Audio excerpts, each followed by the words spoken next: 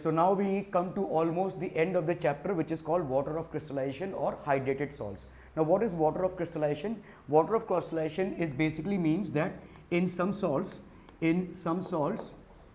the water molecules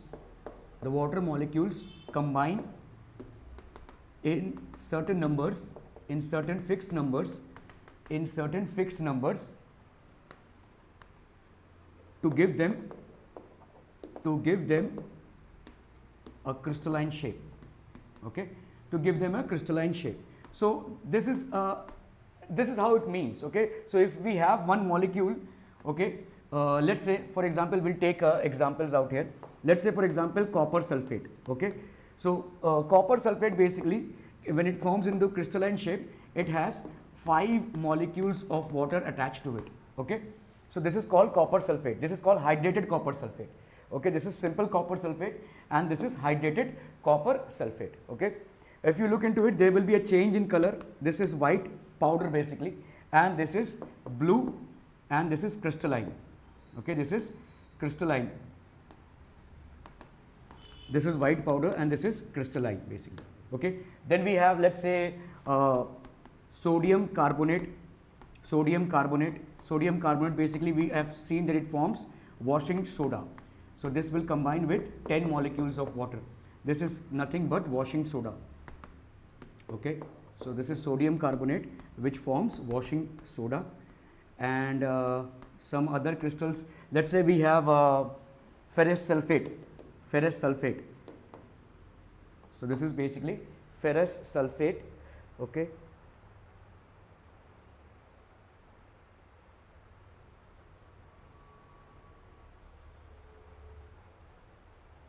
so we have here FeSO4 into 7H2O. This is basically green in color. Okay, now depending on how many water molecules are getting attached, we can name these hydrated salts. For example, here we can call it as copper sulfate pentahydrate. Okay, pentahydrate. This is called as copper sulfate pentahydrate. Why? Because it has 5 molecules of water. Similarly, we can call this as sodium carbonate decahydrate. Sodium carbonate decahydrate. This is called as ferrous sulfate heptahydrate. This is called heptahydrate. Ferrous sulfate heptahydrate, and so on and so forth. So what is the purpose of these molecules? They give them a crystalline shape and they also change their color at times. Okay, now this water of crystallization is not wetting the salt. It doesn't have a wetting. It is not making the salt wetting the salt. Does it do a wetting the salt? No. Is it wetting the salt means is it becoming like something which is mixture of solid and liquid? No, it doesn't wet the salt. It just gives it a crystalline appearance. So what it means here is it forms a crystal. How does it form a crystal? See, if let's say if we take any example, so if we have a copper sulfate crystal here, this is copper sulfate molecule, it will be surrounded by 5 molecules of water. Okay, this will be surrounded by 5 molecules of water. That's how the crystal shape is coming. That's all that happens. Okay, now in gypsum, which is a very important thing. Okay, gypsum is basically CaSO4 into 2CaSO4 into 2H2O. So this can be called as calcium sulfate dihydrate, because there are 2 molecules. So here we have 5 molecules, so penta. Okay, here we have 10 molecules and hence deca. Okay, here we have 7 molecules, so this will be ferrous sulfate heptahydrate. Okay, so now what happens when we heat these molecules which have water of crystallization? For example, if we take the example of copper sulfate. Okay, copper sulfate is having 5 molecules of water of crystallization. When we happen to heat it, what will it form? It will form copper sulfate and it will lose its 5 molecules of water. That's all that's going to happen. Okay, it will form copper sulfate and it will lose the 5 molecules of water that it has. Okay, so again, if you see that this is a reversible process. So this is basically green in blue in color. This is blue in color. However, this becomes white. Okay, this becomes white. Copper sulfate is basically white, and when a salt loses its water of crystallization, we call it anhydrous. Anhydrous means dry. Okay, so this is called anhydrous copper sulfate. It is called hydrated copper sulfate. Anhydrous, hydrous. The one which contains water of crystallization along with it is called hydrated. The one which loses its water of crystallization is called anhydrous. So this becomes anhydrous. Okay, and it is a reversible process. So if you happen to again add CuSO4 and if you add H2O to it, so obviously it will again form CuSO4 to 5H2O. Again it will change from its white color to blue color. Okay, so this is all that happens. Water of crystallization, very important, doesn't wet the solid, it just gives it a crystalline shape. At times it changes its color as well. Okay, some properties change as well. For example, if you look into it, plaster of Paris is a powder, but gypsum is a hard mass. Okay, so all that is different from gypsum and plaster of Paris is just the water of crystallization.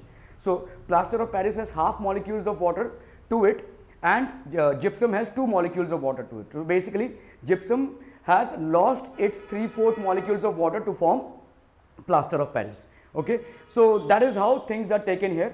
Okay, so water of crystallization, it is only a property of some salts. Not all salts will combine with water to form water of crystallization. So with this we come to the end of this chapter, that is acids, bases and salts.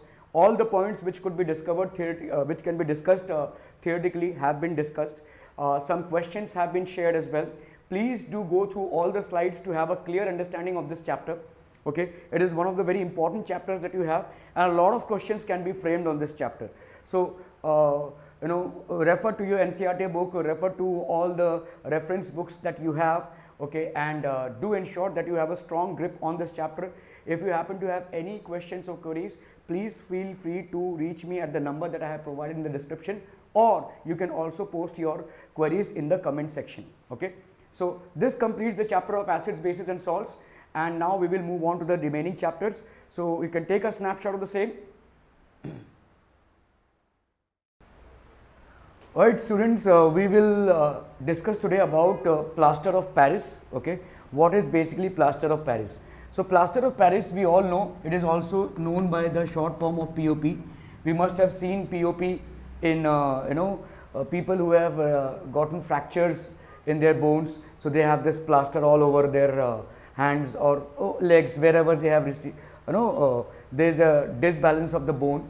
So in order to do bone setting, plaster of Paris is applied over the injured area. Okay, it is also used in ceilings for decoration and all in houses. Okay, it is also used in manufacturing, or rather making statues and all. So plaster of Paris is a very important compound, and we will study how it is prepared and what are its properties. Okay, so first of all, plaster of Paris, what is the plaster of Paris is actually prepared from gypsum, which is basically calcium sulfate containing 2 molecules of water. Okay, this is gypsum and it is plaster of Paris containing 2 molecules of water. This is basically plaster of Paris containing 2 molecules of water. So when we heat gypsum, okay, now this heating has to be very careful. So if we have to make plaster of Paris basically contains half molecule of water. So this heating is approximately to 100 degree centigrade, less than 100 degree centigrade. This heating has to take place in a kiln. Okay, in a kiln. Okay, and this heating has to be less than 100 degree centigrade. It should not go beyond 100 degree centigrade, and this is how plaster of Paris is formed. So if we consider this process, what is this process of obtaining plaster of Paris? POP is obtained by heating gypsum in a kiln. Okay, POP is obtained by heating gypsum in a kiln below 100 degree centigrade, or we can say this is 373 Kelvin, below 100 degree centigrade or 373 Kelvin. Okay, so what it does is it loses 1.5 molecules of water. 1.5 molecules of water, or rather 3/4 part of water. We can also say 3/4 of water molecules. It loses 3/4 of its water molecules. Now, if we happen to heat this beyond 100 degrees centigrade, okay, more than 100 degrees centigrade, if we are not careful enough to monitor the temperature and the temperature goes beyond 100 degrees centigrade, then this will actually form CaSO4. CaSO4, and this is of no use, okay, at least not usable in terms of gypsum. So this is called black burnt gypsum. This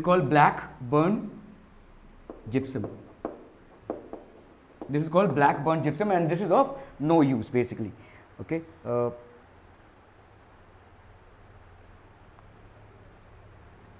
Or this is also called dead burnt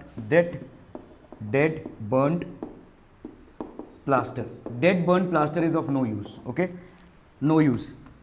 So here we see that heating it beyond 100 degrees centigrade will make it lose all of its water molecules, okay. So gypsum gets converted into plaster of Paris by heating it to less than 100 degrees centigrade in a kiln, and this POP obtained has different uses, okay. This is basically plaster of Paris. Now the question that can come across here is, why half molecule of water, and is it possible to get half molecule of water? No, it is not possible to get half molecule of water. Actually it means here is, what it means here is 2 molecules of calcium sulfate are combining with 2 molecules of calcium sulfate are combining with 1 molecule of water. 1 molecule of water. So if we take 1 molecule of calcium sulfate, it will combine with half molecule of water. However, it is not possible. So if you look at the exact equation of it, this will be CaSO4 into 2H2O, which is basically gypsum. It is heated to less than 100 degrees centigrade. It is heated to less than 100 degrees centigrade, and it forms 2 CaSO4 into H2O. Okay, so one of the H2Os goes here, so this will be 3 H2O. See, we had here 4 H2Os, so 1 H2O stays here and 2 goes out. Okay, 2 H2O stayed away and 1 goes out. So this is basically gypsum. This is gypsum, and this is getting converted to plaster of Paris. Okay, this is plaster of Paris. So 2 molecules of calcium sulfate here are combining with 1 molecule of H2O. That's basically plaster of Paris. Okay. This will be 3H2O. Okay. So what are the uses of plaster of Paris? It is basically a white powder. You can get it from any hardware shop. It sets into a hard mass on wetting with water. If we happen to wet it with water, it sets into a hard mass. CaSO4 plus half H2O, okay, plus 1.5 H2O. When we are adding water, so this is basically what? This is basically plaster of Paris. When you are adding water to it, it will form gypsum, and gypsum is a hard mass, okay. It automatically gets converted into a hard mass. So first of all, it is a powder, but when you happen to mix it with water, it sets up into a hard mass. It's as good as a cement, but it can be actually this is a reversible reaction, okay. So there will be a slight expansion in volume when plaster of Paris is formed.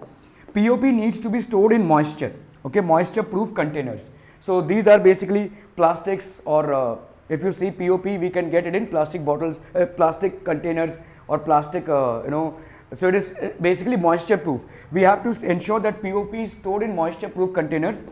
If not, then it will form gypsum. It will harden itself and form gypsum, okay. POP is used in hospitals for setting fractured bones in right position to ensure healing. So when our bones get dislocated, or maybe there is a fracture out there, then we happen to cover it entirely with plaster of Paris, so that the bone setting happens, okay. The bone setting is a natural process, and that's how the plaster of Paris is used here. Also used in making casts in dentistry. So in dentists, they make the casting of it before the tooths are implanted. Then we have toys, decorative materials, okay. A lot of statues are made up of plaster of Paris. Blackboard chalk, this chalk also has plaster of Paris in it, and cast for statues, okay. So all these are basically combined with plaster of Paris. Used as a fireproofing material, it is used as a fireproofing material. Okay, ornaments, designs in house ceilings, we have seen all these. Plaster of Paris. So plaster of Paris basically has extensive uses. Okay, and this is how plaster of Paris is basically made. Okay, so it is made from gypsum, and on adding water it again converts back to gypsum. So it is made from gypsum. By heating gypsum to a controlled temperature of less than 100 degrees centigrade, we get plaster of Paris, and by again adding water to it, it gets converted to gypsum. Okay, and that's the purpose basically, to convert it into gypsum so that the surfaces on which it is applied becomes hard. And again we can convert. So when the plaster is removed, all you need to do is apply a lot of water in it, and it will again get converted into plaster of Paris, which can be easily removed. Okay, so you can take a snapshot of the same.